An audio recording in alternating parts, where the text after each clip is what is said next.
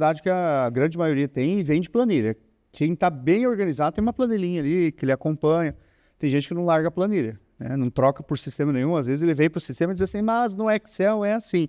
O Excel é mais fácil, obviamente, né? Só que não te dá controle. Por exemplo, um previsto realizado, as reformas, quando eu comecei, eu falei para o arquiteto, 2 grandes itens. Primeiro, compras. Cara, tudo que a gente faz é com cotação ali. Eu coto com 4, 5, 6 fornecedores ao mesmo tempo. Então, me dá um poder de compra de velocidade, principalmente de preço. Esses dias a gente achou um piso lá 90 por 90, com preço que nem o 60 por 60 tinha. Então, na cotação online, você ganha poder. Outra coisa é previsto realizado. Ó.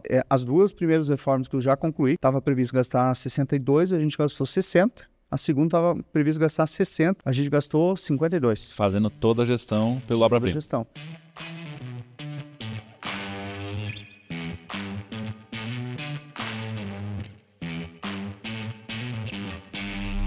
Seja muito bem-vindo ao Flippercast, mais um episódio aqui do podcast que fala de mercado imobiliário e outros assuntos mais. Hoje tenho aqui um convidado muito especial, por quê? Porque ele é flipper. Estamos aqui com o Wilson Pacheco Jr. Bem-vindo, Wilson. Obrigado pelo convite. Fale um pouquinho, quem é o Wilson Pacheco Jr.? Eu sempre gosto de começar o podcast falando que o negócio aqui é papo informal, tá? Não é nada de... Não é aquele podcast para tirar corte, frasezinha pronta e tal. A gente bater um papo aqui, esquecer que tem câmera, esquecer, a gente conversar. E eu gosto sempre de trazer um pouco a história do convidado, para a pessoa conhecer quem é que está ali, quem é o Wilson, quem é... De Flipper, vieram aqui a Letícia e a Luísa, e elas falaram um pouquinho da história delas, como é que foram e tal. E eu acho que isso é interessante porque muitas pessoas às vezes vão estar num momento que você já passou, e aí você mostra um pouquinho qual foi a tua trajetória até virar um Flipper, e eu acho que isso ajuda a pessoa a motivar, a entender que ela também consegue fazer. Então conta um pouquinho pra gente aí, quem que é o Wilson Pacheco Jr.? Antes de mais nada, agradecer o convite, e não só o convite, mas a oportunidade de eu falar mais próximo com os meus clientes, né? Porque eu sou nerd de formação, formado em desenvolvimento de sistemas, construí um sistema, né? Vim fazendo propaganda aqui do Obra-Prima, né? Sistema para pequenas construtoras. Quando a gente buscou, isso nasceu durante a construção da minha casa, né? E eu busquei para eles, a intenção não era desenvolver, eu tentei levar para a construtora um sistema de gestão para facilitar o dia a dia deles, 10, 12 obras simultâneas, e o que eu achei no mercado era só soluções caras e complexas. E aí veio a ideia de fazer o sistema. Mas por que eu falei que eu te agradeço? Porque eu sempre fiquei distante deles, né? Porque eles sempre me perguntaram, você é engenheiro? É arquiteto? Faz obra? E eu não fazia nada. No máximo, eu tinha uma foto construindo a casinha da árvore dos meus filhos, né? E falava, você conta como obra? Eu já fiz essa aqui. Tudo bem que não era uma casinha, era quase minha casa, minha vida ali, de 16 metros, né, de casinha de árvore. Mas, por fim, aí conheci seu método e eu falei, não, agora eu vou me aproximar dos clientes. E hoje, inclusive, eu uso de discurso comercial. Quando eu vou vender uma obra-prima, às vezes o cara está chorando pelo preço, alguma coisa assim, eu já digo assim, olha, eu estou executando 2 obras e já não vivo sem o sistema. Não sei como se constrói uma casa do zero sem usar o sistema. Então, minha história é isso. Isso é legal. A gente vai chegar. O Wilson também ele tem esse sistema que, inclusive, é incrível, né? Consegue integrar tudo. A gente vai falar um pouquinho melhor sobre como é esse sistema, mas até para o pessoal, para os clientes te conhecerem, né? Você falou assim, pô, mas você é engenheiro, você é arquiteto, você é construtor, Qual foi o teu caminho até você virar aí esse nerd que tem o sistema que você mesmo falou, né? Você começou estudando o quê? Qual foi a tua faculdade, tua formação, tua experiência, para a gente entender como é que foi essa tua trajetória até você chegar a construir o sistema e hoje ser um flipper também. Sim. Vou tentar abreviar, senão esse episódio vai para 2 horas. Se eu puxar uma cervejinha aqui, a gente vai... Vinho, então? Um vinho, então. Encontrei um Wilson em Brasília lá acho que 2 semanas atrás. 2 semanas. Nossa senhora, Fechou o garçom expulsou a gente porque não parava de falar. Mas expulsou com uma garrafa debaixo do braço, aí rendeu mais umas 2 horas de conversa, né? Mas enfim, contando a história, minha formação, eu mexo com computador desde criança, né? Criança mesmo, 9, 10 anos. E aí veio o gosto pelo desenvolvimento de sistema, uma época que na minha cidade, por exemplo, eu morei no interior do Paraná, tinham 3 computadores, né? Um de uma cooperativa, da prefeitura e do comércio do meu pai, que era um supermercado, né? E aí comecei a trabalhar com planilhas, com 15 anos tive minha loja de informática, comecei a dar cursos de informática, montar computador. Como eu conheci primeiro, sempre quem vinha depois pedia, tipo do Flipper, né? Mas Eu não tinha um método na época para ensinar em escala, né? E aí fiz faculdade, né? Dos meus 17 aos... Você fez faculdade do quê? Análise de sistemas. sistemas. Exatamente. Aí já emendei uma pós de... Na época, acho que era meio que tinha, né? Análise de sistemas. Quando você queria ir trabalhar com alguma coisa, chamava de, como é que era? Computação, né? Vou trabalhar com computação. Você sabe que eu sabia que não ia ter condição para isso, né? Mas quando eu estava fazendo o vestibular, eu perguntei para o meu pai, né? Se eu passar no vestibular, numa federal, eu ganho um carro? Eu sabia que não tinha condição de ganhar um carro, mas meu pai respondeu assim, não, o dia que você fizer um curso de verdade, você ganha um carro. Porque informática na época era um negócio meio assim... Onde que vai dar isso aí, né? Pra que tipo serve? os blogueirinhos de hoje em dia, sabe? Você fala, o que você faz hoje? Então, eu sou um blogueiro na internet, né? O povo pega no teu pé por conta disso. Era eu escolhendo o curso lá no passado, né? Hoje tá lá, eu tenho uma loja de informática, a loja de informática que eu montei lá no interior, em 1996, está lá até hoje, né? Tem suprimentos, enfim. E aí, eu sempre... Que ano que foi isso que você entrou na faculdade? Eu entrei em 1990... Nossa, entregando a idade aqui, né? 99. Entrei, cursei de 99 a 2002. Cidade vizinha, Curitiba, eu sou de Curitiba, né? Nessa época eu voltei a morar em Ponta Grossa. Conheci minha esposa lá, né? Então a formação serviu para a formação de família, né? Porque sou casado, inclusive hoje eu tô vindo gravar aqui, mas eu já comemorei, aniversário de casamento foi ontem, 18 anos de casado.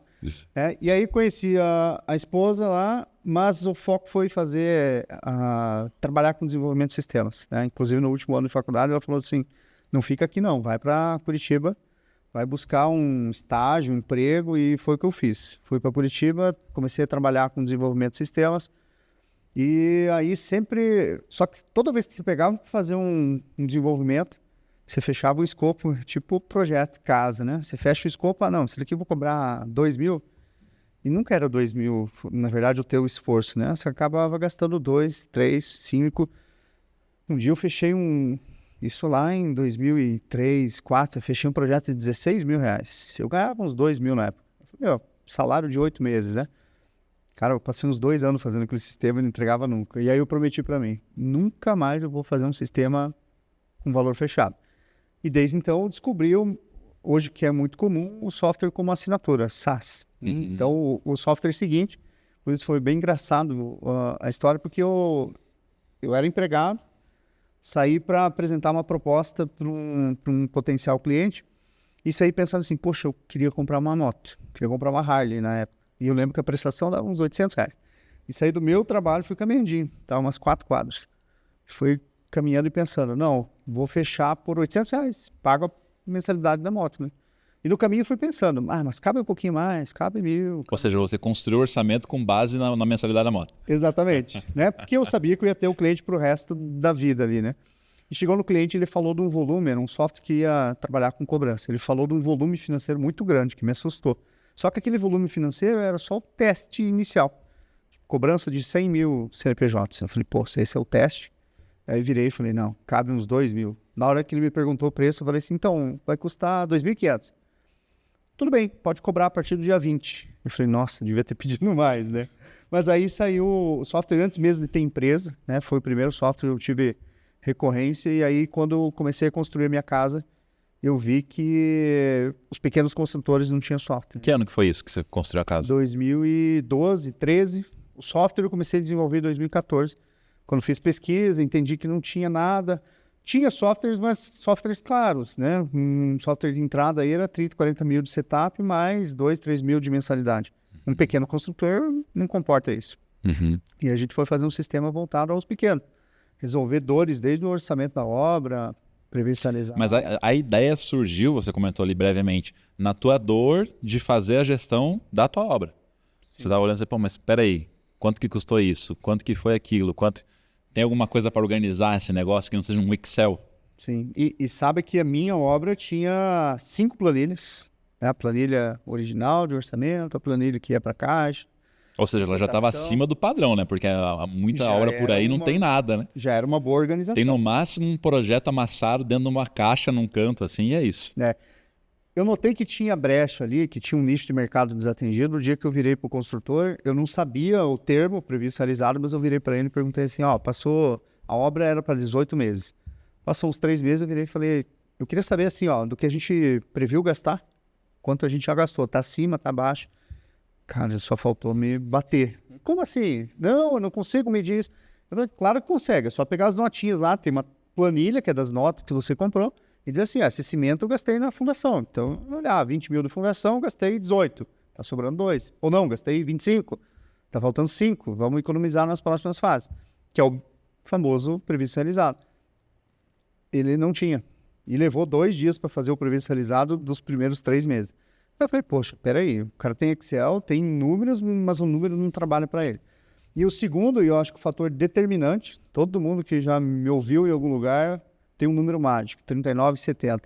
O que é esse valor? É um boleto extraviado na obra que foi parar no Serasa.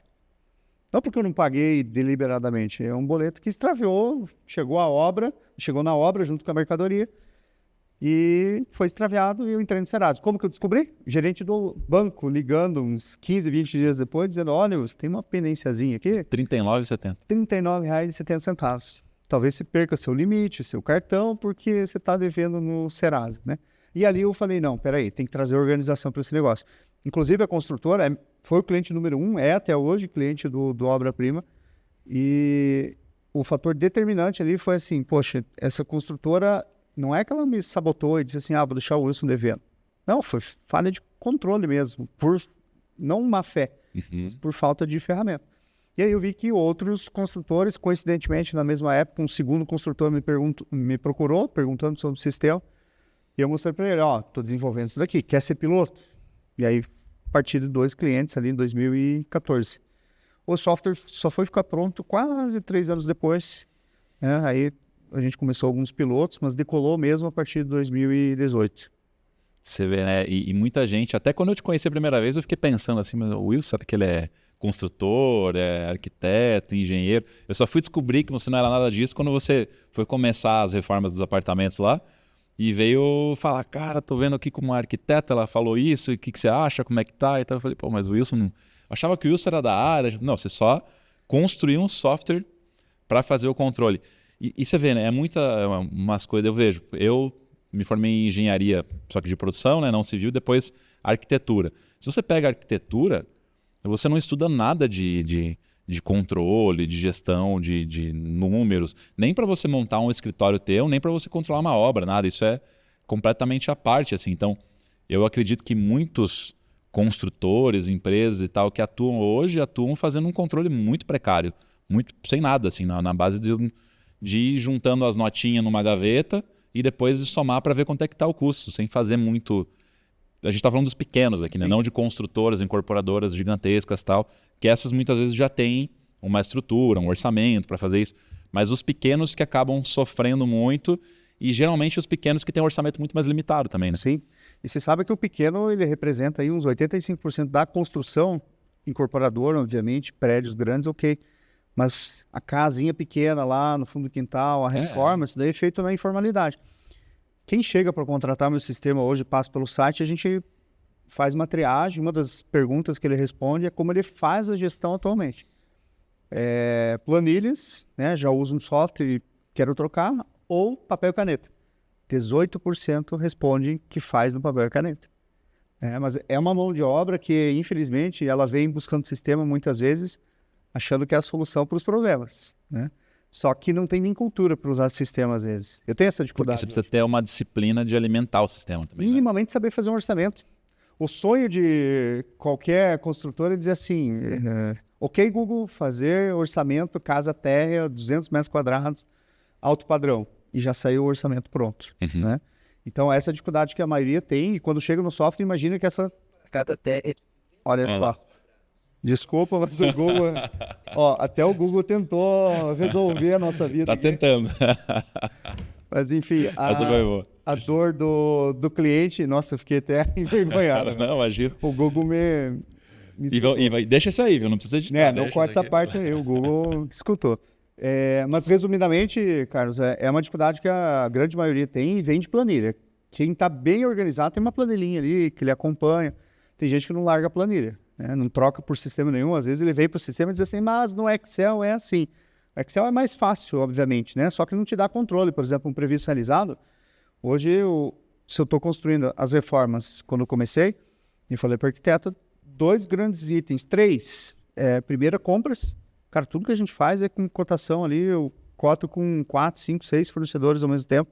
Então, me dá um poder de compra de velocidade, principalmente de preço, que às vezes bate o orçamento. Esses dias a gente achou um piso lá 90 por 90, com preço que nem o 60 por 60 tinha. Né? Então, na cotação online, você ganha poder. Outra coisa é previsto realizado da obra. As 2 primeiras reformas que eu já concluí, uma estava previsto gastar 62, a gente gastou 60. A segunda estava previsto gastar 60, a gente gastou 52. Fazendo toda a gestão pelo obra-prima. Só que assim, saiu do material de construção, se você já tem o teu CNPJ configurado no sistema, ele já puxa a nota, já vai cair dentro do sistema. Já alimenta. Então até aquela coisa chata que é de você ficar entrando lá, colocando valor, ele já integra aonde é possível, né? Se você colocar, se você tem empresa, coloca o certificado digital do seu CNPJ, se a pessoa física coloca o do teu CPF, ele vai buscar dentro do CPF sistema. Ele puxa também? Busca também. Quando é para cliente final, a gente só tem uma restrição que é o seguinte, ele puxa e aparece no aplicativo para o cliente final, para ele fazer um filtro, porque às vezes aparece qualquer compra, inclusive a compra do mercado dele. Então, se ele autorizar tudo, vai aparecer lá a compra do mercado para apropriar na obra. Então, ele tem um filtro dizendo assim, isso daqui vai, isso daqui não vai. Mas até para o cliente final tem. Tá? E aí uma facilidade muito grande, porque eu que estou de fora, eu vou na obra no dia de comprar o apartamento, de curioso lá no meio da obra e quando termina. Né? O dia a dia disso é a arquiteto que conduz. Só que assim, eu estou de olho no aplicativo. Eu sei de tudo, o que foi comprado, se aquela fase lá tá dentro, tá fora, ou ela tá me pedindo uma caçamba a mais. Aí você bate o olho, dá uma olhada no orçamento aqui, só tinha 2, e é uma terceira. Não ocorreu até agora, tá? Sempre tô de olho aqui. E você sabe o que é o ponto, porque você já deve ter ouvido essa frase, todo mundo aqui já ouviu, que é aquela coisa, a obra no final sempre fica mais caro. E muitas das vezes, se não todas, ela fica mais caro por falta de controle mesmo, porque o que acontece? Claro que imprevistos podem acontecer na mesma obra, né? Furou um cano, teve que comprar um material, ou sei lá, você mudou de ideia e quis comprar um piso mais caro porque você quis. Sim. Tem que dar explicação de tudo. Ok, mas se você controla, você fala, tá, eu vou gastar R$3.000 a mais por causa disso. Onde eu posso recuperar esses 3.000 para me manter dentro do orçamento previsto? Se você não tem um controle, se você não está somando tudo e olhando, você não faz essa correção de rota. Sim. Que é aí que as pessoas acabam gastando mais na obra, porque ela faz... É tipo aquela história do pagar o cartão de crédito. Você faz uma compra de R$19,90, uma de 23, uma de 25, aí vem uma fatura de 10.000. Você fala assim, mas espera aí, eu comprei uns negócios de R$20 ou 10.000. Na obra é assim, e na obra tudo é milão, né? Sim. Não tem nada que é R$19,90. É impossível. Você vai no material, você vai gastar sempre para cima de R$1.000. E se você não está controlando isso ali, quase que just in time, né? Gastou, já viu o gasto. E aí, assim, o sistema, claro que ajuda e tal, para construtor é fundamental. Mas às vezes, eu falo para tudo quanto é tipo de pessoa, né? Às vezes alguém que, cara, eu vou fazer uma reforminha aqui no meu banheiro.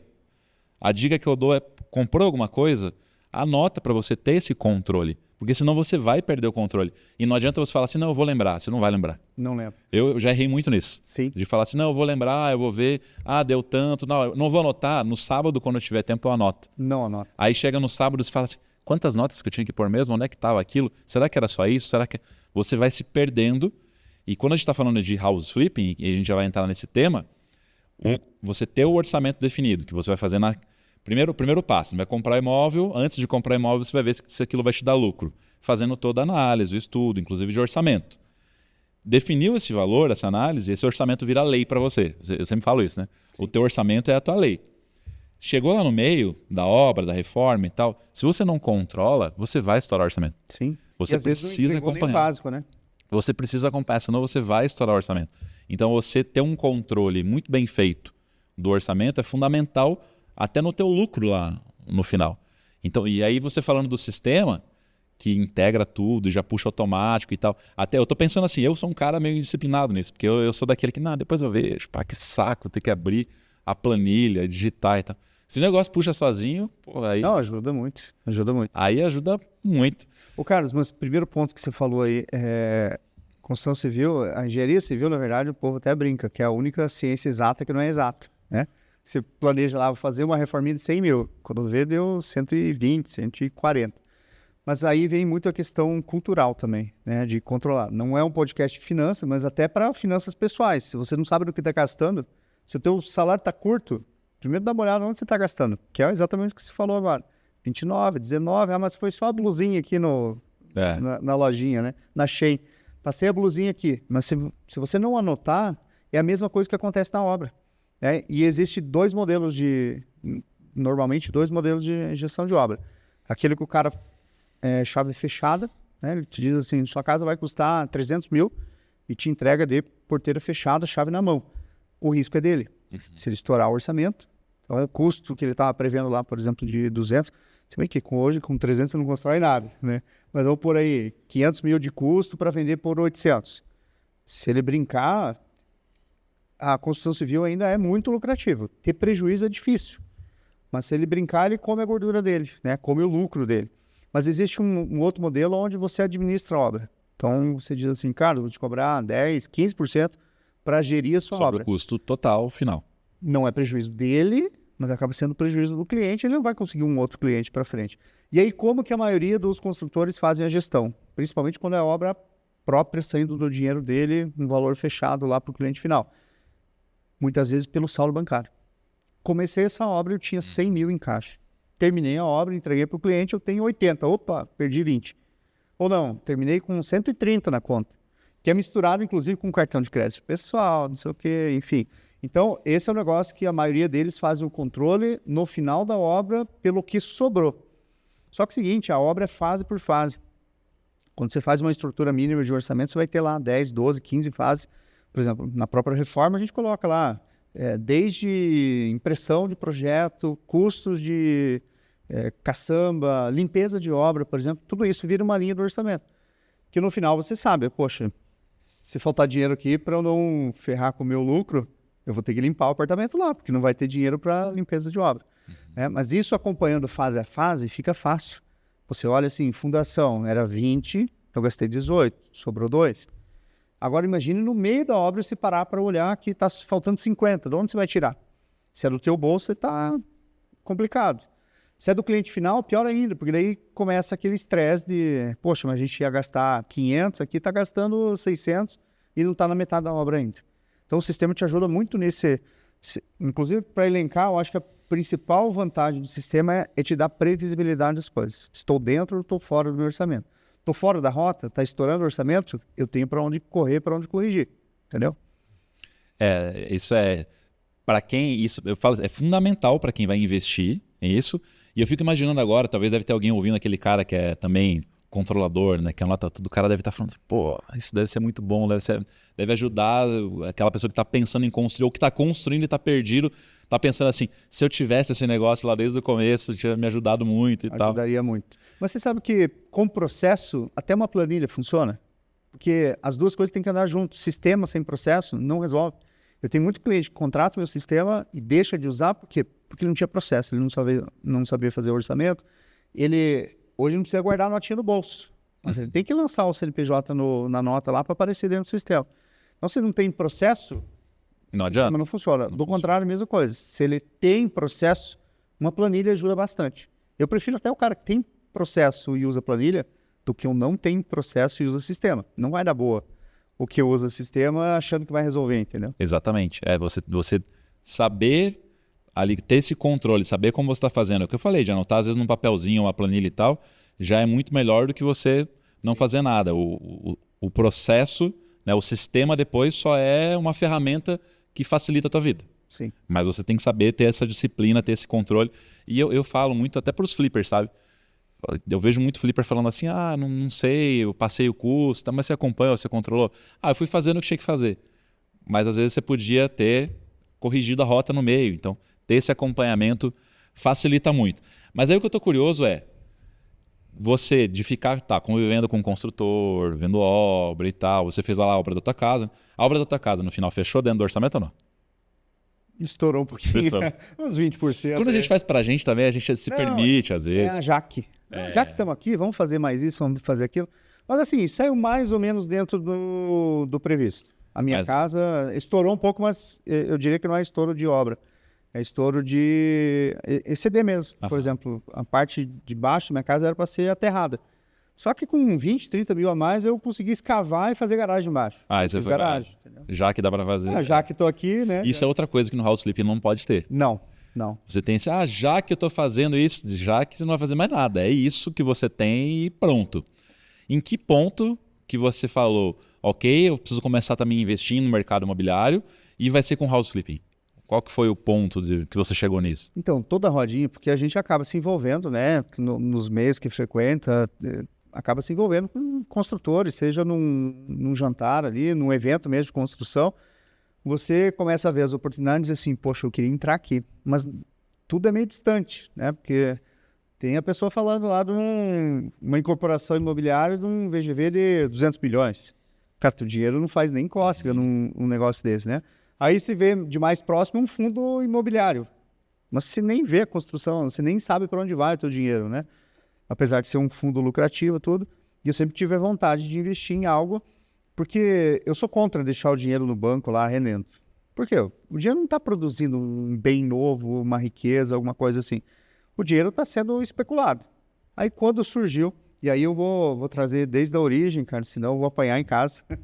Mas o house flipping surgiu lá em casa antes mesmo de eu te conhecer pessoalmente, né? Foi o convite de palestrar no nosso evento para clientes no ano passado. Né? Um ano antes, a minha esposa me chamou e falou, olha, vou comprar esse curso aqui. Não escutei, falei, beleza, compra aí, vê no que vai dar. E aí ela é louca dos imóveis, né? Ela adora ficar, o hobby dela é pesquisar imóveis, né? Mas eu fiquei pensando, é mais um dos hobbies dela de pesquisar imóvel, de querer trocar de casa. Não dei muita bola. Ela fez o curso, gostou e foi atrás de imóveis, tudo. Eu falei, não, mas não está na hora, a gente não tem valor para investir. E aí, quando eu estava buscando os palestrantes para o meu evento, ela falou, chama o House Flip. Eu nem sabia que era Carlos, né? Até entender que por trás do House Flip tinha o Carlos, eu demorei um pouquinho, mas te convidei lá para o evento. E aí ele me colocou num evento para falar para um monte de construtor que eu não construo, eu só reformo.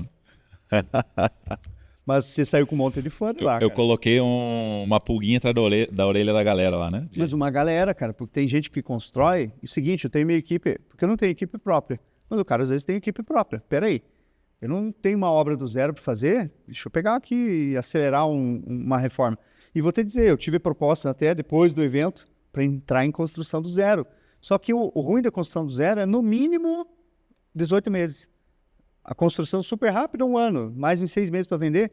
Cara, demora para o dinheiro voltar. A reforma não. Demora, é mais burocrático. É mais burocrático, sair do zero. O risco é um pouco maior. A lucratividade talvez até seja um pouquinho maior, um pouquinho menor, dependendo de onde está. Mas quer dizer, ela é maior, a lucratividade? Eu sempre falo assim, não tem um melhor e um pior no mercado imobiliário.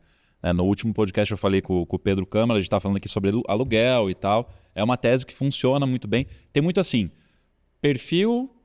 Qual é a forma de investir que mais se ajusta com o teu perfil? Então, você é uma pessoa que aguenta uma burocracia de aprovação, órgão público e tal, não tem pressa de receber o dinheiro, né? Não tem problema de ficar lidando com uma obra que vai durar lá 18 meses, 12 meses ou mais, se for um prédio, não sei. Tranquilo, incorporação, construção, vai funcionar, dá dinheiro. Não, eu quero algo para construir uma carteira que vai me dando uma renda ao longo do tempo e tal. Renda passiva, aluguel. Não, eu quero uma construção de caixa mais rápido.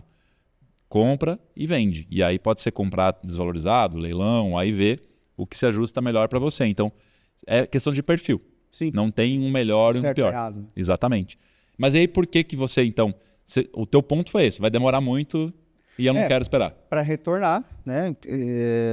E aí eu olhei pro House Flip e falei, poxa, mas aqui é mais tangível, né? Pego o imóvel agora. E sem contar que o antes e depois de reforma, cara, aquilo ali é viciante, né? Eu já assisti Irmãos à Obra, Essa sempre é a referência. Cara, é a referência... Os corretores me falam, você faz aquele negócio tipo Irmãos à Obra. Isso, ou Ame ou Deixe Vancouver. Né? Isso. Um vai atrás do imóvel que a família quer, o outro, a arquiteta lá reforma. E aí chega no último episódio e diz assim, e aí, você vai amar a casa ou vai deixar a casa? Então, tem um pouquinho disso e, cara... A gente foi atrás de alguns imóveis que você olha, o último, inclusive, eu te mandei vídeo lá, eu falei assim, se encararia esse, porque só louco para encarar um imóvel, inclusive o imóvel, ele foi o corredor nele, ele é meio na diagonal e cheio de quina, assim, tem uns 4, 5 dentes. Eu falei para a arquiteta, tem como deixar reto Vamos mudar o projeto aqui e deixar reto, porque eu quero fazer uma mudança significativa. E aí você vê teu dinheiro gerando outros empregos e gerando principalmente um beneficiamento de um bem.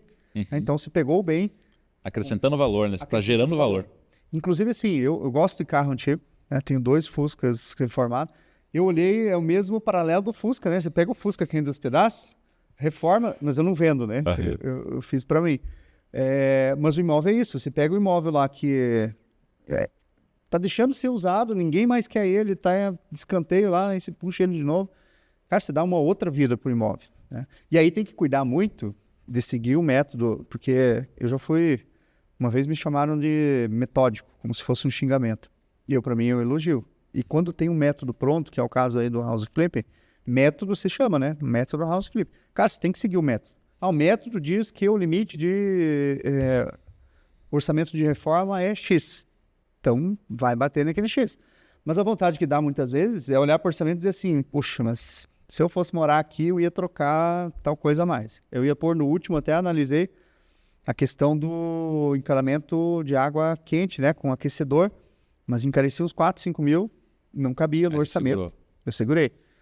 Tem que ser consciente. É isso do que a gente falou agora há pouco de controlar o orçamento. Então, muitas pessoas olhariam assim, 3, 4 mil, não é muito, vou colocar e tal. E aí, no final, olha, pô, estourei o orçamento. Mas foi uma decisão sua, ao longo da reforma, que fez o orçamento estourar. Muitas pessoas, às vezes, colocam a culpa na obra como um todo, né? Reformar sempre estoura o orçamento. Na verdade, as decisões que você toma, muitas vezes, que provocam esse estouro de orçamento, né? Aí você fala assim, na última reforma, você está com quantas agora? Eu tô na 4ª. Tá na 4ª. Na verdade, terminando a 3ª agora. Para ir para a 4ª. Os primeiros já prontos. O 4º eu já adquiri. Mas estou esperando voltar o capital para poder... Esse é um imóvel um pouco maior. Um imóvel aí de 150 metros, em Curitiba. E é um imóvel que é oportunidade. Um imóvel que estava para ir a leilão. Então eu peguei um pouquinho antes, com dívida de condomínio. Uma sucessão de 2 inventários. Então o herdeiro, que era neto do dono original, não tinha dinheiro para inventário. Então você compra a oportunidade. E só voltando um pouquinho atrás, nesse negócio do flipper, né, das reformas, eu fiz uma equipe legal, né? Eu entrei com, não é nem com ideia, com financiamento mesmo, beleza, vamos comprar. Mas eu trouxe para o negócio a minha esposa, que adora ver imóveis. Então, ela é a garimpadora de imóveis. Ela que busca. Ela que busca. E ela já fazia isso sem finalidade lucrativa. Agora, visando lucro, está melhor ainda. Eu vi uma notícia esses dias, alguém compartilhou no Instagram, não sei o que e tal, falando que buscar imóveis é um vício. Inclusive, ela me mandou essa matéria e falou assim, olha aqui, eu me enxergo nessa matéria. Eu achei muito engraçado, porque ela, inclusive, era um vício até de analogia à pornografia, isso, né? Isso. Gente que é o mesmo prazer de olhar. E ela olhou e disse assim, eu faço exatamente isso, buscar casa. E é uma matéria grande, mostrando o que a pessoa sente em buscar uma casa. Então, hoje ela está se realizando na busca do imóvel. Eu trouxe uma arquiteta, que inclusive a principal especialidade dela é o estudo de viabilidade financeira do imóvel. Então, assim, por que não estoura os imóveis? Que, cara, ela vai contar a quantidade de ponto de luz que ela vai colocar no imóvel. Então, é no detalhe, não tem como estourar. Estoura assim, eu previ que era, sei lá, alguma coisa que não estava no escopo, ou que nem se falou, furou um cano. Aí sim é um estouro de orçamento, mas a gente planeja o que está lá dentro. No primeiro imóvel que ele ficou ali 98% do orçamento, a gente não executou o box que estava. Vamos falar um a um, acho que é interessante para o pessoal ver. Esse primeiro, então, que foi o primeiro que vocês foram achar. Como é que foi essa busca, encontrar? Geralmente os flippers falam que a compra do primeiro é mais difícil, porque você está ainda meio, será que vai, será que não vai? Como é que foi? Seguindo o método, né? Ela já tinha mapeado um monte de imóveis, então veio, inclusive os 2 primeiros, eu não usei alavancagem, eu usei recurso próprio porque eu tinha receio. Inclusive é uma dica, posso deixar a dica? Pode. Aqui? Alavanque, não usa seu dinheiro todo. Financiamento imobiliário, né? Financiamento imobiliário. Alavancar é um nome feio, mas assim, financia. Porque você vai pagar lá, dependendo do banco, 10%, 20% do valor de entrada. Você consegue fazer 2 com o dinheiro de um. Até um pouquinho mais, 2,5 com o dinheiro de um. Eu falo que geralmente a conta você precisa ter 40% Isso. do valor do que se você fosse fazer tudo à vista. Exatamente. E aí, consequentemente, teu dinheiro vai render mais. Você alavancou, multiplicou ele por 2 o valor investido. Então, mas os 2 primeiros, um pouco mais pé no chão, resolvi usar com dinheiro próprio, não financei. E aí já tinha uma série de... porque quando eu falei, vamos fazer, a minha esposa saiu buscando. E já tinha, em algumas regiões ali, alguns imóveis, foi só uma questão de sentar, negociar, e aí de apertar, né? Porque é o que você fala, o lucro vem da compra. Então, os 2 primeiros eram imóveis que estavam ali. A busca é a etapa mais ali fundamental, né? Você encontrar o imóvel no preço certo, no lugar certo, com as condições próprias para você valorizar. Esse é o principal desafio. Né? Sim. E você recai, inclusive, se você não seguir a risca o método, você recai em algumas tentações. Por exemplo, apareceu um imóvel que é tipo Minha Casa Minha Vida, super simplesinho, pequeno, cara, totalmente detonado. E tava aí uns 115, apartamento que é anunciado a 150. Só que aí você faz a conta, o esforço de eu reformar esse e reformar um de 200 e pouco é o mesmo, só que o resultado não é o mesmo. O resultado no imóvel mais caro é maior. A questão localização, esse imóvel era mais afastado do centro, das regiões mais nobres, né? E buscando esses 2 primeiros, então a gente limitou em área, né? Tem que ser central, tem que ser em bairros nobres, e a questão de negociação. Os 2 imóveis que eu comprei, os 2 estavam anunciados acima de R$300 mil. Eu fechei os dois foram o mesmo valor, R$250 mil cada um. Então só aí já você vê, né? E aí é outra crença que as pessoas têm também de que, mas como é que baixa tanto o preço? Assim, as pessoas negociam bem. Não, tem que negociar, Carlos, e tem que ver o seguinte, eu vou te trazer o número do quarto já, do último imóvel. O último imóvel é um imóvel que vale, valor de mercado dele, sem restaurar, vale aí uns R$750 mil. Só que é o seguinte, o herdeiro não tinha dinheiro para o inventário, devia 3 anos de condomínio, ele estava numa sinuca de bico ali que ele ia parar onde? No leilão do imóvel. E aí ia derreter o pouco que ele sobrava lá para ele. Ele tentou anunciar a R$500 mil, 200 e poucos abaixo do que valia, né? A gente ofereceu 400 e fechou em 450. Então, só aí. É que eu não vou largar um imóvel desse do jeito que tá. Mas se eu quisesse hoje largar, colocar no mercado a 700, já venderia. Ganharia 200 e poucos mil reais sem fazer nada nesse imóvel. Mas aí é muito o que eu falo, principalmente de pessoa que compra em leilão. O pessoal às vezes compra em leilão desvalorizado pelo leilão em si, né? Não porque precisava de reforma ou coisa assim. Só que muitos precisam de uma reforma. Só que aí as pessoas têm essa cabeça do, não, só vou colocar agora no valor que já vale, que eu já estou ganhando. Um pouquinho que fizesse de reforma, conseguiria vender mais rápido. Sim. E lucrar muito mais. Então, você acha que reformando esse último imóvel, então vamos começar pelo último que a gente falou dele, reformando ele, você acha que você consegue vender por quanto ele, pela tua pesquisa de mercado? A projeção é passar de R$900 mil, colocando aí uns 100 e poucos de reforma.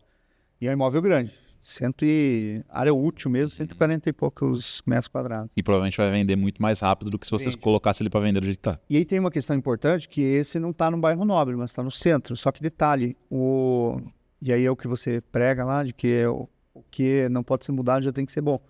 Cara, esse imóvel, o condomínio mudou todas as esquadrias, então não precisei nem gastar com isso, que nos primeiros eu troquei. E mudou o elevador. Era daqueles elevadores que você via o andar passando. Hoje é um elevador digital. Que tem aquela gradezinha assim. Que dá um pavor aquele negócio, né? Você vê aquela laje entre os pavimentos, né? Exatamente. Com os ferros aparecendo. E você olha até pro lado para não ficar olhando para aquilo, né? E já tá com o elevador novo, né? Vaga de garagem, enfim, são 4. No final vai virar 4 quartos. Então é um imóvel que vale muito a pena. E tá bem no centro. Esse, inclusive, se eu não morasse em casa, eu moro numa região um pouco mais afastada do centro, tem mata do lado. Se eu não morasse em casa, não tivesse cachorros e fusca, eu iria mudar nesse, porque ele é super central. Quem conhece Curitiba é 2, 3 quadras do Teatro Guaíra. E eu costumo falar que um dos parâmetros da decisão de compra é essa, né? Você tem que olhar para o imóvel e falar assim, em alguma hipótese, eu moraria aqui? Sim. Se a resposta é não, provavelmente é um imóvel que não vale a pena investir, porque você tem que pensar aquilo como um produto. Sim. Se você não moraria ali, você está vendendo um produto que, né, você não acredita, você não gosta, você está falando que é bom, mas você, no fundo, não acha que é. Sim. E, Carlos, eu não vi a hora de chegar aqui. Né? Quando eu comecei lá com o seu método, eu vejo muito comentário. Você tem um monte de hater, né? Dizendo assim, não dá para fazer reforma com isso. Não valoriza tanto. Não acha por esse valor de compra. Cara, eu sou prova viva. falando lá para vocês, de que tudo isso é real. Por quê? Porque, cara, se você buscar, sempre vai ter alguém numa dificuldade, numa oportunidade de negócio. Às vezes o cara quer se desfazer do imóvel. Às vezes, sei lá, o casal separando. Não, quero separar, quero vender rápido. Ou estou precisando trocar de imóvel. Sempre tem alguma coisa. A gente nem entrou ainda para potencializar. A gente entrou no curso também de leilão para tentar achar imóveis de uma forma mais... Mas só que até o momento não precisou. Eu tenho, inclusive, imóveis na falta de dinheiro. Eu vi o podcast do Pedro. Do Pedro não, desculpa, do Vitor. Ele falou assim, cara, se eu tivesse dinheiro, eu arrematava tudo que tinha de leilão. Eu tenho a mesma impressão, a mesma vontade. Se eu tivesse dinheiro disponível, eu fazia flip em um monte de imóveis, né?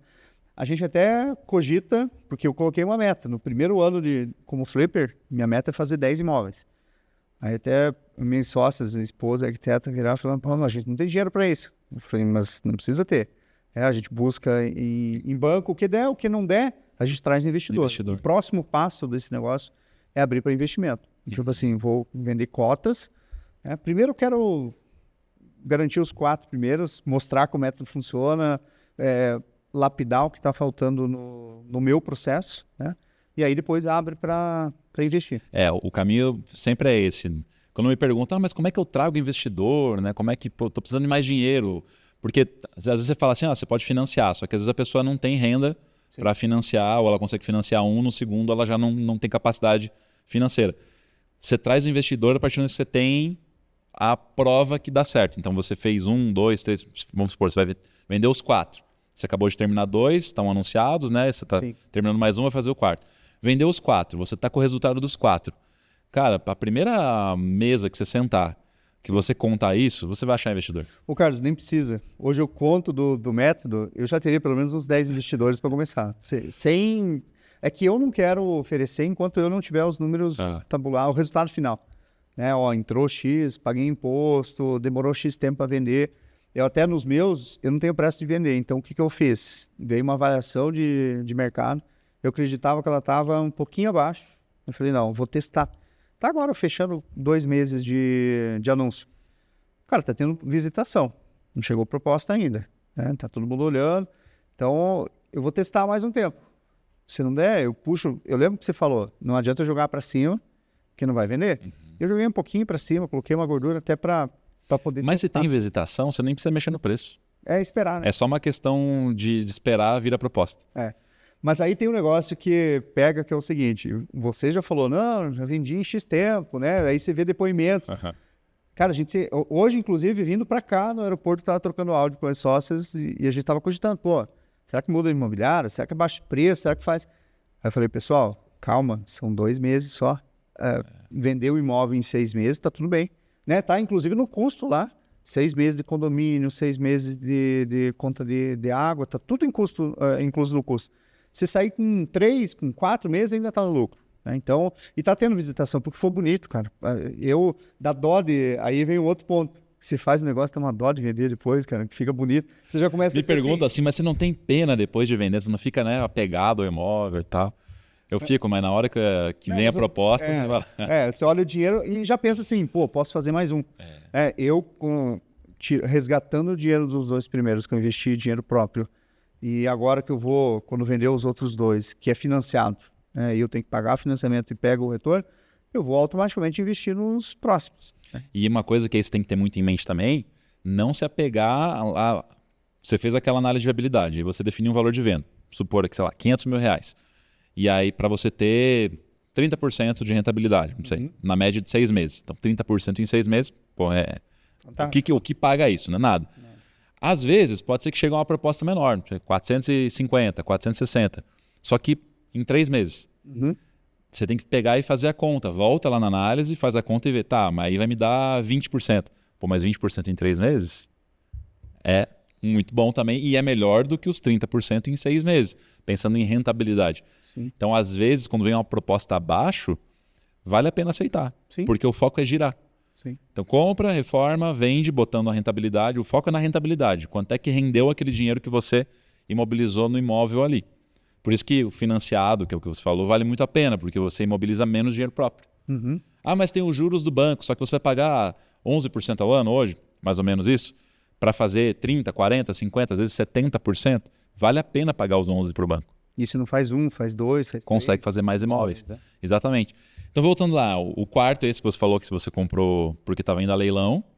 Então, esse você ainda não começou a reforma, né? Não, esse eu estou esperando. Na verdade, ele está no trâmite da documentação. Como era inventário, ele demora um pouquinho, mas já está engatilhado para fechar. O primeiro lá, então, que você terminou, como é que foi a compra desse? Quanto que foi de reforma? Recurso próprio, primeiro, 250. A gente gastou aí de reforma mais ou menos uns 58. Foi para 300 e pouquinho. O imóvel está anunciado a 470. Tá. Mas se baixar ele a 450, eu venderia fácil e já tem um bom retorno.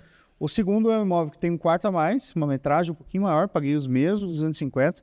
De reforma ele foi um pouquinho mais caro, mas ele está fechando aí um custo de 310, mais ou menos, entre reforma e o valor de compra. O valor dele é para fechar acima de 450, 460, ele está anunciado um pouco acima também. Esse é o último que você anunciou agora, né? É, isso, o último que eu anunciei. E o terceiro é um imóvel que, mesmo esquema de imóvel que estava em inventário. Esse, inclusive, Carlos, que é outra coisa que a gente tem que ter paciência.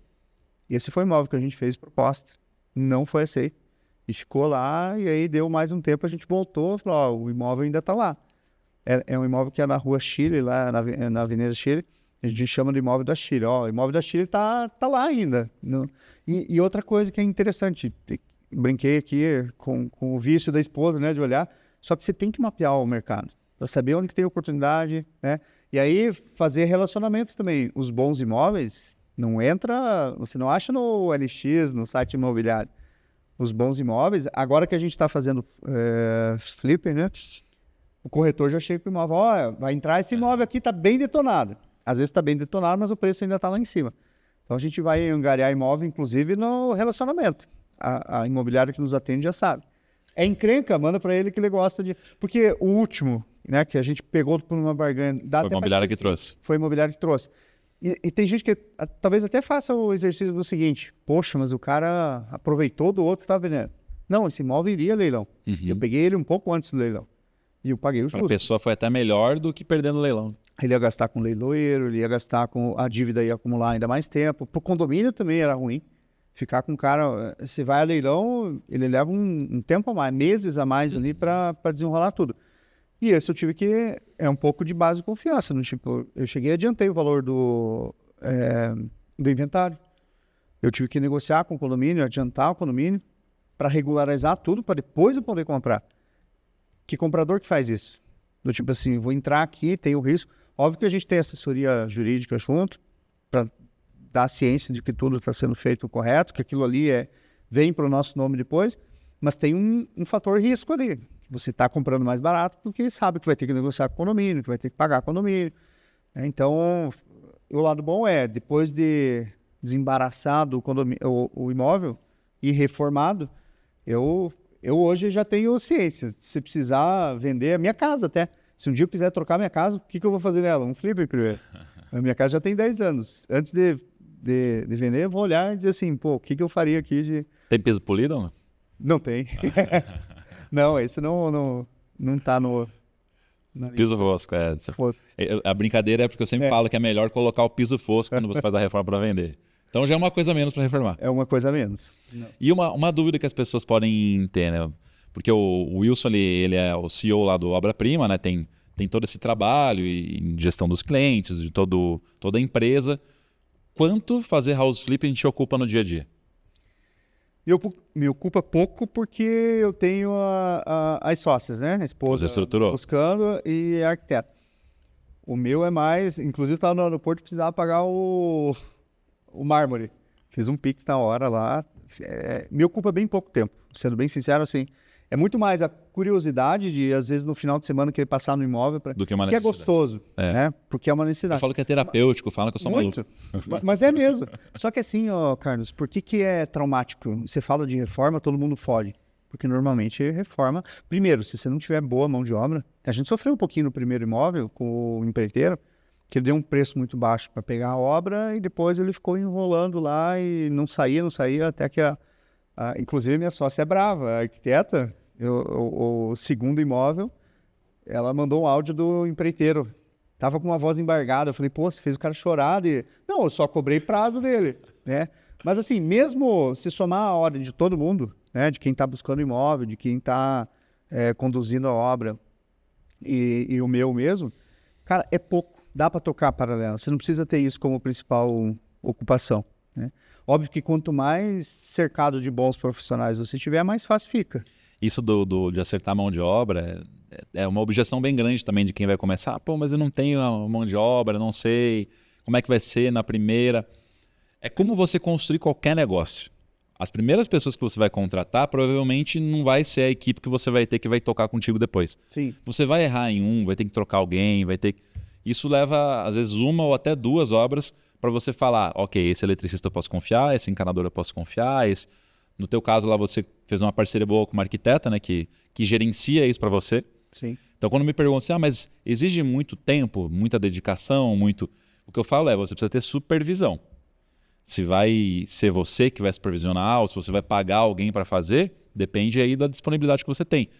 Claro que pagando alguém vai reduzir um pouquinho o teu lucro, mas também reduz a tua dedicação, o teu trabalho, e vai te dar um retorno, um resultado depois satisfatório e muito acima do que qualquer outro investimento com a mesma segurança. Sim. Que eu gosto de comparar, eu falo que é rentabilidade de renda variável com segurança de renda fixa, né? Até mais do que de renda variável, porque hoje em dia renda variável não está dando muita coisa. Então, até você acertar. Então tem que ter muito essa consciência já de que no primeiro vai ter, às vezes, algum problema com mão de obra, mas faz parte de qualquer negócio. Então as pessoas às vezes falam, mas eu errei, não tem problema. Vai consumir um pouquinho do teu lucro e tal, troca. É aprendizado para a próxima. Todo erro que você tem na obra é um aprendizado para a próxima obra. Para melhorar ainda mais. Então, eu quero ser um flipper, eu quero começar a comprar imóvel para reformar e revender. O que você precisa? Eu vou dizer assim, você não precisa ter dinheiro, você não precisa ter tempo, você precisa só ter estômago para aguentar uma reforma. Você precisa entender que a reforma vai ter estresse, vai ter coisa que vai sair errado, vai ter... Só que você se desesperar e brigar com todo mundo e xingar todo mundo e tal, não vai resolver nada e só vai piorar. Então você tem que saber, cara, deu errado? Beleza, o que precisa fazer para consertar? Quem que tem que... O cara lá não tá, não. Então tá devendo quanto para ele? Paga e diz que não precisa voltar, traz outro cara aqui, vamos terminar. Tem que ter essa tranquilidade. E aí eu vejo que as pessoas não têm. As pessoas começam a ficar desesperadas. Meu Deus, e agora? Eu não quero mais saber disso, nunca mais. Tá? Então, qual é o requisito? Aguentar uma reforma. Todo o resto você dá jeito. E gostar do caos, às vezes, né? Porque às vezes você vai estar lá, o contrato do banco que não sai, e você tá o vendedor te estressando aqui porque quer vender logo o imóvel. E aí, Carlos, eu falo o seguinte, tem 2 perfis para virar flipper. Um é o cara que quer incrementar a renda e outro que quer fazer disso um negócio. Eu, na minha visão, sempre que eu entro em alguma coisa, dá para pensar pequeno. Poderia, uma reforma, alavancar meu dinheiro, fazer render lá 20% ao ano, é o dobro do que uma renda fixa te dá. Já seria bom. Inclusive, eu saí de casa, eu chamei a arquiteta, que o objetivo com a arquiteta era que ela me ajudasse a projetar e a conduzir as obras dos 2 primeiros. E chamei para um café. Os melhores negócios eu faço tomando café. Ou vinho. Saí, a gente parou, e os melhores negócios eu rabisco onde? No guardanapo. E aí eu comecei a rabiscar com ela no guardanapo alguns valores, pedi quanto ia custar, valores, tudo. Eu falei, escuta aqui, você não quer ser minha sócia? Eu quero reformar 10. A minha esposa já, 10? Da onde? Você tem dinheiro que eu não sei? Eu falei, calma. Vamos girando, mas no intervalo de 1 ano eu quero fazer 10. E aí eu virei para ela e falei assim, você quer ganhar com 2 ou você quer ser minha sócia no lucro dos 10? A gente abre um CNPJ novo, tudo que cair de resultado desse negócio, da administração desse negócio, a gente coloca o CNPJ e divide por 2. Pô, gostei, quero. Então, se você quer fazer um negócio grande, às vezes tem que estruturar. Eu pensei acima do que eu podia rentabilizar, né? E vou transformar isso, a gente já está lá, esperando entrar o primeiro dinheiro, que a primeira coisa que quer fazer vamos construir a marca.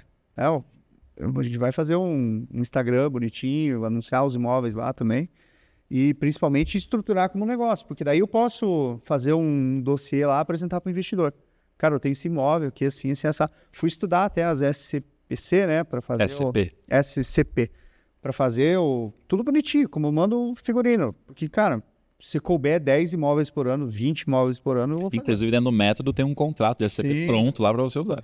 Inclusive, assim, quem tem dúvidas sobre, vale a pena comprar ou não, porque você entrega muito conteúdo, que assim, imagino que já muita gente fez house flipping sem necessariamente ter comprado seu método.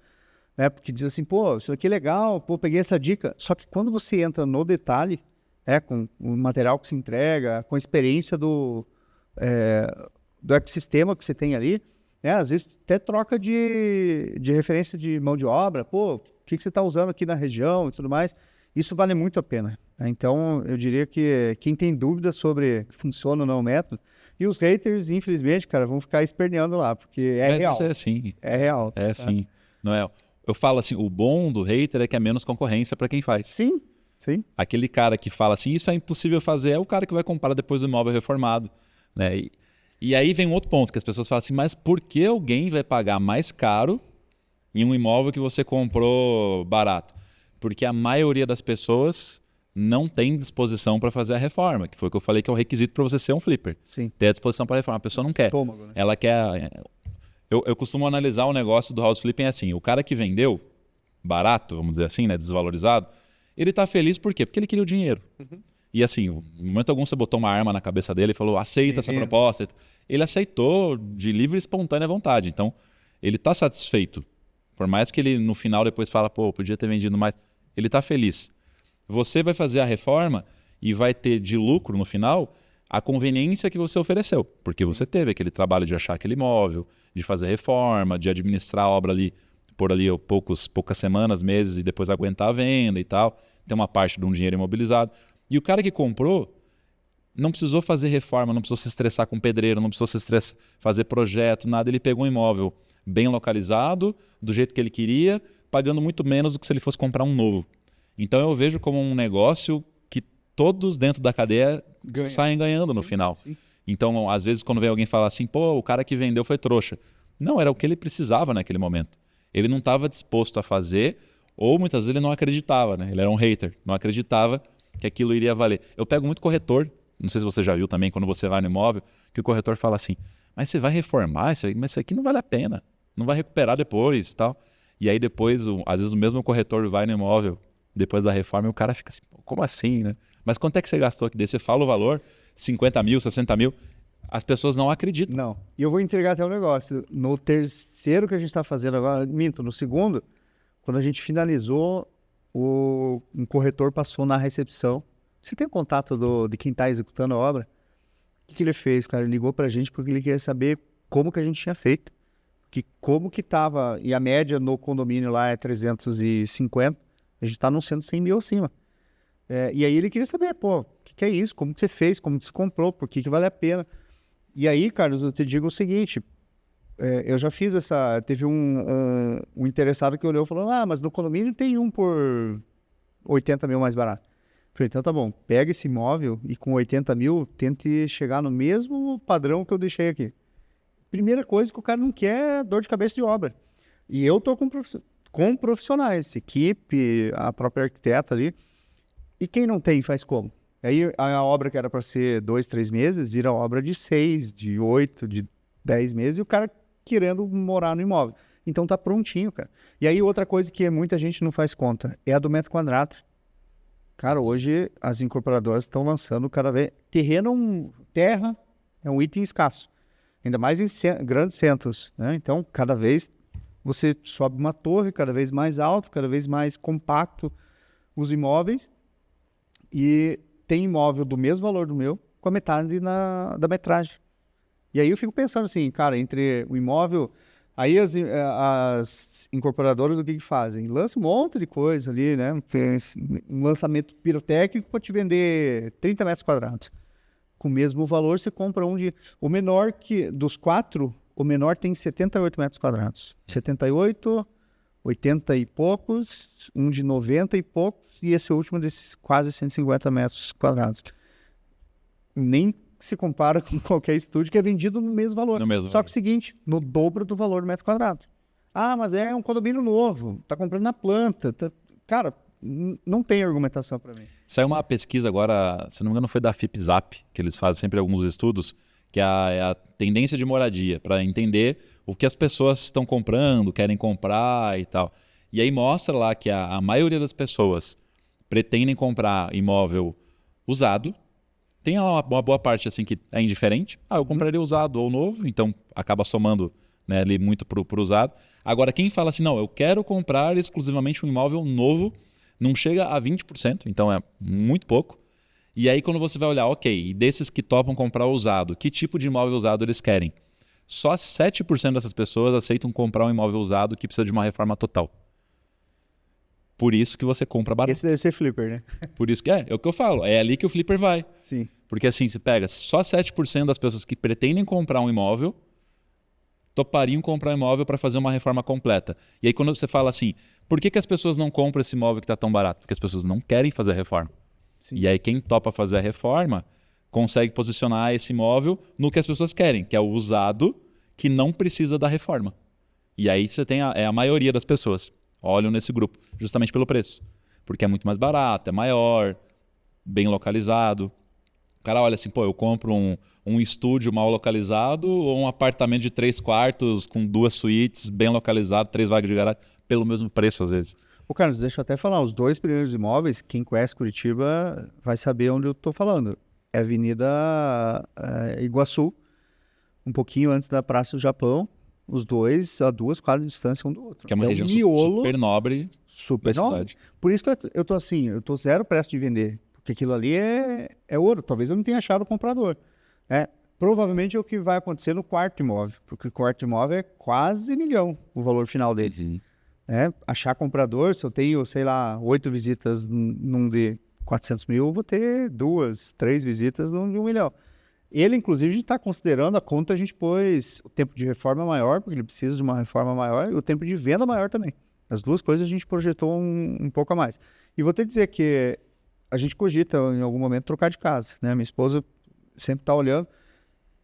E porque a construção da casa foi super lucrativa, né? O valor que eu paguei lá em 2012, 13, hoje vale quase 3 vezes mais do que eu investi. Então vale a pena. Só que qual que é o problema? Qual a conta que a gente faz? Pô, se eu quero mudar... Meus filhos estão com 13, 15. Estão saindo de uma idade que, pô, talvez uma festinha em casa seja legal, talvez ter uma piscina em casa, uma área gourmet que faça festinha separada. A gente tem alguns pré-requisitos para casa. Cara, achar pronto é muito caro. No padrão que a gente quer. Né? Primeiro, eu tenho 2 vagas, já vai para Fusca. Eu preciso ter um espaço pro escritório em casa. 3 suítes. Cara, se filtra isso daí, já tem muito pouco imóvel. Só que se você olhar... E aí a gente abriu o leque, né? Então, peraí, vamos achar imóvel que esteja próximo do que a gente quer, em localização e em disposição, e vamos olhar para reformar. Ô, Carlos, você gasta metade do valor, cara. Uhum. Metade do valor do que você encontra um imóvel pronto. Então, inclusive, se um dia eu for mudar de casa, seria muito bom construir. Mas eu falo que o melhor jeito de você comprar um imóvel, até mesmo para morar, é comprando ele usado, precisando de reforma. Sim. Porque você vai pagar muito menos. O imóvel que eu tenho lá em Curitiba, que eu morava, que agora eu me mudei aqui para São Paulo, mas que eu morava lá, eu comprei exatamente assim. Aqui agora em São Paulo eu estou de aluguel, porque eu estou numa fase de transição. Então, mas provavelmente, se eu for ficar em São Paulo, eu vou comprar também assim, precisando de reforma, vai pagar muito menos. A conta é muito simples. Você vai comprar um imóvel com as características que você quer, bem localizado, pagando mais barato, e quando você quiser vender, você está ganhando dinheiro não só da valorização que o mercado imobiliário vai dar, mas a valorização que você conseguiu pela reforma. Então faz todo sentido. O house flipping você pode usar para aumentar patrimônio e também, né, de dinheiro e também do imóvel. E também do imóvel. Eu falo, usa como estratégia para você ir dando um upgrade no imóvel que você mora. Sim. Inclusive tem flipper que faz isso. O cara fala assim, Carlos, eu estou já no 3º imóvel, só que eu nunca compro para vender. Eu compro para morar. Aí eu pego, vou vender agora. Aí ele valorizou um monte porque eu reformei. Aí eu vou para um maior. E a pessoa vai crescendo de imóvel assim. Talvez agora, de fato, eu apoie em casa, mas eu vou te contar a estratégia que eu usei para iniciar no house flipping. Como estava o papo de trocar de casa, eu pensei comigo, poxa, se eu imobilizar esse dinheiro, vai cessar o assunto trocar de casa. E aí o que eu fiz? Não, vamos comprar, vamos entrar no house flip. E até falei para minha esposa, se a gente girar esse dinheiro aqui até chegar em tanto, dá para trocar de casa. Então hoje eu imobilizei no house flip justamente para potencializar. Aí esses dias apareceu uma casa num padrão e ela trouxe como oportunidade de flipper, né? De flipping. E aí eu falei, poxa, mas essa casa aqui tá bem fora do padrão do house flip, né? Não, mas a gente faz ela, vai ficar boa, e se não vender, a gente pode até ficar com ela. Eu falei, entendi a lógica. Mas hoje eu estou usando para isso, minha estratégia inclusive assim, tudo que eu tiver de... A gente não pode arriscar tudo todos os ovos na mesma cesta, né? Mas assim, todo dinheiro relevante que eu tiver, com certeza eu vou pôr para girar no negócio desse daí. Porque entre eu ter um investidor, dividir o lucro com ele e tocar sozinho, se eu puder, eu vou sempre tentar fazer sozinho, né? Então, a maior parte da minha grana vai estar alocado em house flip, sem dividir. E para aquele cara agora que está na dúvida, assim, né? Aquela pessoa que está, será que eu começo nisso? Será que é para mim? Será que não é para mim? Que recado que você daria para essa pessoa agora? Fala lá para aquela câmera. Vou falar. Bom, o recado é o seguinte, funciona, tá? Sua prova viva como investidor ou como negócio mesmo. O único ponto de atenção que eu dou é a mesma para quem contrata o sistema. Tem que levar a sério, né? É um método. Você criou um método e tem lá, entrega tudo documentado, com planilha, com fórmulas, né? Aquela tua planilha de viabilidade, cara, ela bate no final. Então, o que eu digo é que funciona e é muito bom. Mesmo que você não tenha o dinheiro inteiro. Às vezes você não tem o dinheiro inteiro do imóvel, chama alguém para ser sócio, né? Mas chama alguém que tem o mesmo estômago que você, né? Que aguente. E o estômago até, Carlos, eu até diria o seguinte, você deixa muito claro e vai explicando, porque não tem, você mostra o teu último imóvel que você fez, inclusive até achei que a gente tinha comprado no mesmo lugar, lembra que eu te mandei? Que era parecido. A planta, eu acho que é o mesmo arquiteto, cara, a planta era idêntica, a gente fez as mesmas coisas, você abriu a cozinha, eu até achei que era no mesmo imóvel, mas se mostra na prática como é feito, né? Então, eu acho que não tem muito segredo. Depois que você entra no ecossistema, né, tem o suporte ali, conecta com outros flippers, você fica mais seguro, né? Mas acompanha mais de perto, conversa com quem está falando. Acho que esse é um ponto interessante. Às vezes, se a pessoa tem dúvida, conversa, põe numa postagem tu lá, e aí, alguém fez, me conta como foi. Cara, eu sou que quem quiser conversar sobre isso daí, eu vou dizer, funciona, é boa, né? Porque tô vendo o resultado na prática. Eu falo, os flippers, eles vão ficando viciados em achar o imóvel, né? O cara fica andando na rua olhando placa de vende, assim, olhando no poste, na janela, olha esse predinho ali, tem uma vende. Aí dá o zoom no celular para ver imobiliária lá, né, para ir atrás. Pô, você já reparou, você criou uma tendência de mercado aí. Você já reparou que já tem anúncio no imóvel escrito assim, para flipper? Para house flipping. Para house flipping? Os caras querem para house flipping, eu já vi isso. Os caras já estão, você já criou E 2 anos atrás ninguém falava disso. Ninguém falava. Ninguém falava disso. Inclusive, se você quiser aprender como encontrar esses imóveis desvalorizados, como reformar, como vender, com todo o passo a passo, todo o método, como o Wilson falou, escaneia o QR Code aqui ou clica no link aqui embaixo. Provavelmente agora a inscrição está fechada, mas assim que abrirem novas vagas, a gente entra em contato com você para te avisar. Wilson, como é que então as pessoas fazem, se quiserem saber mais sobre obra-prima ou te encontrar em redes sociais? Como é que te encontra? Como é que contrata a obra-prima? Explica aí pro pessoal. Então me dá 15 minutos que eu vou falar agora aqui, pessoal. Pessoal, quem tem interesse em conhecer, flipper ou não, né? Até a gente já conversou aqui de disponibilizar para alguns flippers, quem quiser seguir o método dentro da ferramenta pode. Mas quem executa obras e tem dificuldade de gestão, né? Tá usando planilha, tá usando papel e caneta, como te falei ali, 18% uso. É só buscar lá obraprima.eng, de engenharia.br, e você acessa o site do Obra-Prima. É um sistema com mensalidade super acessível, né? Quando você entra lá, vai ser induzida uma apresentação, a consultora comercial lá tira todas as suas dúvidas. Implantação rápida, em questão aí de... Quando leva muito tempo é 60 dias para implantar, mas quem está disposto, e aí é a mesma coisa do método. Por isso que eu estou batendo muito a questão método aqui, porque o Obra-Prima é a mesma coisa. Se tiver processo e método, em 2, 3 semanas você põe para rodar a ferramenta. Então, encontra lá.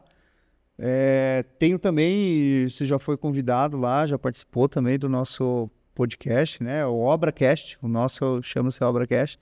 Então, quem tiver curiosidade de conhecer a história do Obra-Prima, de saber a história de outros construtores que estão usando, e hoje a gente está quase chegando à marca de 2.000 clientes atendidos, 2.000 construtoras usando o sistema para fazer gestão de obras. Inclusive, alguns usam como diferencial competitivo. Na hora de entregar uma proposta de construção de uma casa, às vezes eles estão 2 com o mesmo orçamento. Mas o meu cliente oferece o orçamento e o acesso à ferramenta. para quem está sendo cliente da construtora poder acompanhar. Então a gente tem expertise aí desde 2018 ajudando construtoras a gerir melhor, ter melhor lucro, melhores compras, enfim, ajudar esse mercado aí que muitas das vezes trabalha na informalidade.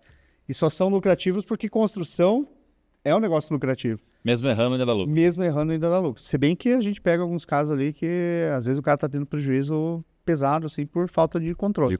E a ferramenta traz isso para ele. Sim.